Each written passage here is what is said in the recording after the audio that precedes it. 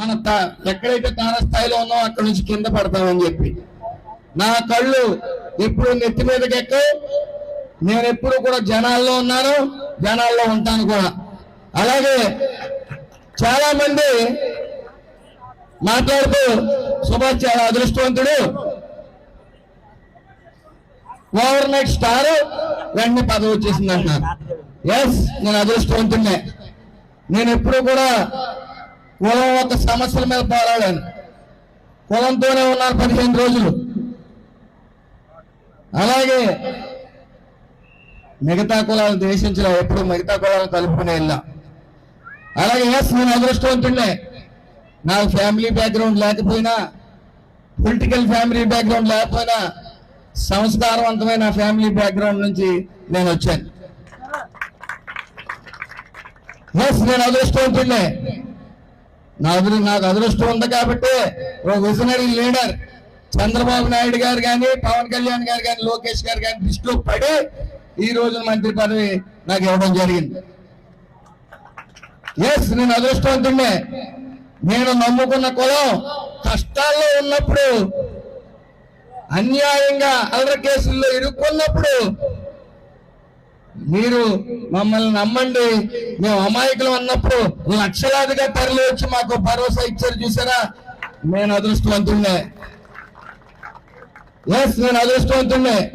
మీ అందరి ప్రేమ నాతో ఉందనే నన్ను గుర్తించి నాకు ఇవాళ మంత్రి పదవి ఇచ్చారు ఎన్డీఏ కూటమి. అది నేను ఎప్పటికీ అదృష్టవంతున్నే. నేను ఎప్పుడు కూడా జనంలోనే ఉంటాను, అందులో ఏ విధమైన సందేహం లేదు. అలాగే ఎస్ఏఎఫ్ అనేది కులంలో ఉన్న పేదరికం నిర్మూలించడానికి, ఎంతో కొంత సేవ చేయడానికి నేను ఒక ₹1 కోటి విరాళం మన సంవత్సరం ప్రకటించడం జరిగింది. ఈరోజు దాని విధి విధానాలు ఏంటనేది ఆల్రెడీ కమిటీకి కొన్ని పేర్లు కూడా నేను రాసుకోవడం జరిగింది. మరి ఈ రోజు నేను రాజకీయాల్లో ఉన్నాను కాబట్టి నేను డైరెక్ట్ గా ఈ కులం విషయాలు మానిటరింగ్ చేయలేను, అన్ని విషయాల్లోనే నేను ఉండలేను. కాబట్టి ప్రతి ఏరియా నుంచి 2-3 తీసుకుని అందులో సభ్యుల కింద చేసి ఆ ₹1 కోటి చెక్ పవర్తో సైతం వాళ్ళకి ఇవ్వడం జరుగుతుంది.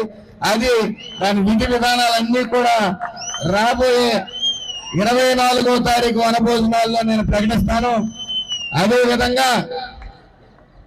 అదేవిధంగా ఇక్కడ చాలా సమస్యలు వెంటనే వస్తూ ఉన్నాయి.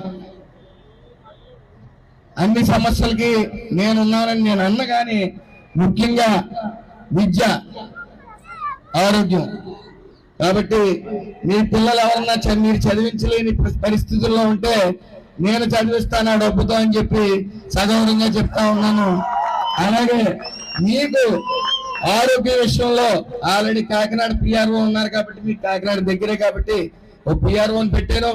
మీ ఏదన్నా ఆరోగ్యశ్రీలో లేనివి ఏమన్నా అనారోగ్యం పాలైతే దానికి 2 లక్షలైనా 3 లక్షలైనా అన్నీ నేను ఇస్తానని చెప్పలేను, కానీ అంతానే కనీసం మీరు అనుకున్న 3 లక్షలు కాకుండా 1 లక్షకే అయ్యేలాగా చూసే ప్రయత్నం పూర్తిగా నేను చేస్తానని చెప్పి మాటిస్తా ఉన్నాను. ఇలాంటి మరిన్ని వీడియోస్ కోసం మా యూట్యూబ్ ఛానల్ ని సబ్స్క్రైబ్ చేయండి, పేజ్ ని ఫాలో అవ్వండి.